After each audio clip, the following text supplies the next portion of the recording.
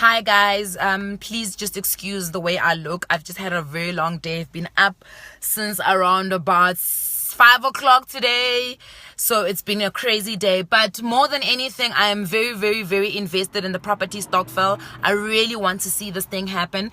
And I want each and every single one of us to be able to assist each other in getting this thing off the ground. Now, I just want to for clarity's sake, I wanted to just let everybody know that I have posed an idea, and I know that it's not a new idea. A lot of people have been saying, you know what, we've discussed this before, we've wanted to do this, and we have not had, the successes, and we have not had the commitment from people, and that's what I want to solve. I want us to find a way in which this thing can be a model that can be replicated by a lot of us. So I'm trying to find solutions. I've been having conversations with people, had a great conversation today with a businessman, and the reason why I have not gone to lawyers, real estate people yet is I want to understand people that are making money, people that are running sustainable businesses, people that are coming up with innovative ways. How do they see the idea? And I just spoke to a gentleman who runs a company called The Marketplace or something like that. So they are like a financial,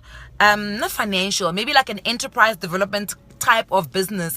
And he said to me, look, this is a great idea. What you guys really need is to find a way in which you can tighten this thing up. So he suggested that we have a smaller group rather than 20 people. Try keep it as small as possible. He says, look, 20 is not the worst, but try keep it as little as possible. If you can get people that are willing to fork out 5,000 rand a month, then you make it 10. If you can get people that are willing to go up to 10,000 rand, then you get 5 people. So what's really important is also amongst the group of people that you find, get an understanding of what type of property you need, because sometimes you don't need to buy the 650,000 rand type of property. You could be going into property that's like in the CBD. Those kind of properties or flats are going at 400,000 rand. So and also the student accommodations, you could be buying communes. So the idea is find a solution and a model that works for you and the group of people that you would like to partner with. It's very important that you find the right type of people. Don't find scammers. Don't find people that are not willing to, engage and work. People who are just looking to jump onto the opportunity without actually going through it with you and refining it are a problem. Because what's going to happen is the day there's an issue, that person is not going to remember the conversation that you guys had about that specific issue. So it's very important to find like-minded people. And I always say, try find people that understand business first and foremost, and then also people that understand real estate and how property as an investment can actually work. Remember that property that you live in is not necessarily an investment. So if a person can understand that you guys are running a business that's going to be a real estate property management type of business, then you've got the right people on your side. This gentleman also then said to me, what's really important is that we must find an exit strategy. So an exit strategy would basically be, how, if something does happen to a Nicolette, how does Nicolette exit the business? But again, remember, you guys are registering a business, an actual real estate business that buys property, sells property, buys property, rents out property. So ultimately, you're going to be a shareholder of a business. So how does a shareholder you guys need to come and understanding what's in a normal business. When a shareholder wants to exit, what is the exit strategy? So come together and create an exit strategy. The other one that you need to create are rules for defaults.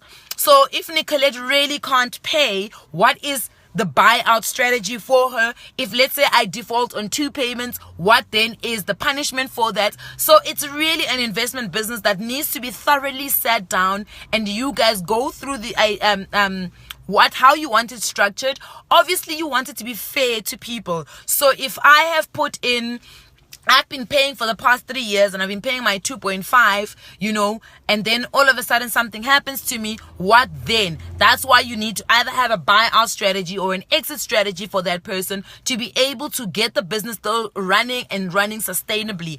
Also, what's important is that you need to know how you guys are going to remember that when I worked out the 2,500 to 650,000 rand, I worked it on real time value of money. So the value of money today. The nice thing about South Africa is that there will always be properties that are going at 650,000 rand. So you don't need to worry about that. But the value of money is going to change over the years. So you still need to try and beat inflation, but at the same time, understand that there are adjustments that you can make.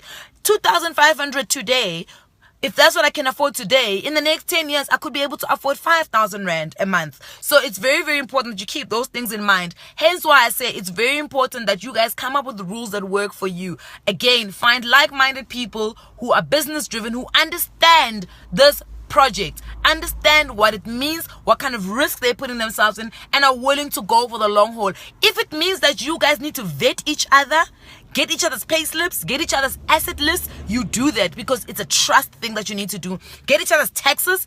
You need to make sure you're going into business with somebody whose tax is clear on both a personal level and a business level. You need to make sure that you're going into a business with somebody who's not registered on ITC, somebody who doesn't have credit issues, because these things can all come back to bite you. Even if you're running a PTY where it is, it's the liability lies with the business, it's still important that you make sure that you sort this out, because these are the things that can come back and bite you in the ass. But at the end of the day, the idea was for all of us to take that idea, run with it, refine it, improve it, take what you don't need, leave what you need, and make this thing work. Let us shock South Africa. Let us shock South Africa with our real estate businesses. Let us register these businesses. Let us buy property. Let us make something out of ourselves. I'm very, very excited for this opportunity. I think that we all have the ability to make this thing work and make it work big. Mwah!